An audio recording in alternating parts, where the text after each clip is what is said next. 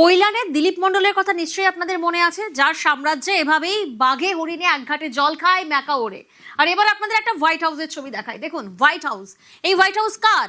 শান্তনু সেনা বিশ্বাসের। কান্দিতে পৈতৃক ভিটেতে পেল্লায় বাড়ি হাঁকিয়েছেন কালীঘাটের প্রাক্তন ওসি, আপাতত যিনি ইডির হেফাজতে।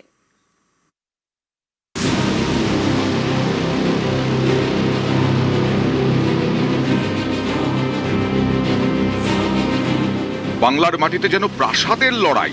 তৃণমূল নেতাদের বাড়ি বড় নাকি পুলিশের? মুর্শিদাবাদের কান্দির এই বাড়ি, এ তো বাড়ি নয়, যেন প্রাসাদ। হোয়াইট হাউসও বলা চলে। কান্দির এই হোয়াইট হাউসের মালিক কলকাতা পুলিশের ডেপুটি কমিশনার শান্তনু সিনহা বিশ্বাস। জমি প্রতারণা মামলায় যাকে গ্রেফতার করেছে ইডি, এ সৃষ্টি তাঁরই।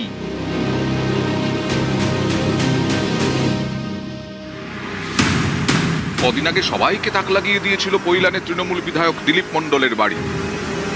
দিলীপকে টেক্কা দিতে হাজির শান্তনু। এ যেন বিগ বাজেটের বলিউডি কোনো সিনেমার সেট। ধপধপে সাদা বাড়ির সামনে সিংহমূর্তি, পেল্লায় দরজা, ভেতরে রয়েছে পুকুরও।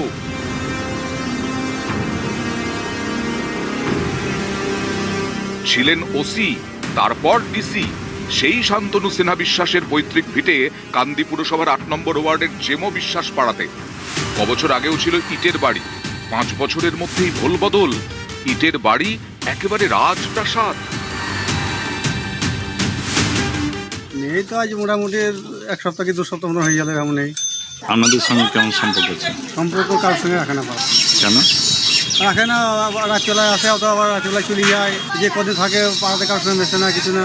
অনেকদিন দিয়ে কাজ, 5-6 বছর কাজ করছি। কে করাচ্ছিল কাজটা? শান্তনু করেছিল বাবুদের ব্যাপার, বাইরে থেকে টাকা বাকা আসছি, এই তো পয়সা তো হবেই। না না, আমাদের কিছু দেখে না। ইডি সূত্রে খবর, কান্দির এই পৈতৃক বাড়ি সংস্কারের জন্য ঠিকাদার দাউদ শেখকে দায়িত্ব দিয়েছিলেন শান্তনু। দাউদ শেখকেও তলব করে ইডি। ইডির দাবি, দাউদের অ্যাকাউন্ট থেকে 2.5 কোটি টাকা শান্তনুর অ্যাকাউন্টে ট্রান্সফার করা হয়েছিল। দাউদের যদিও দাবি তিনি এসবে জড়িত নন।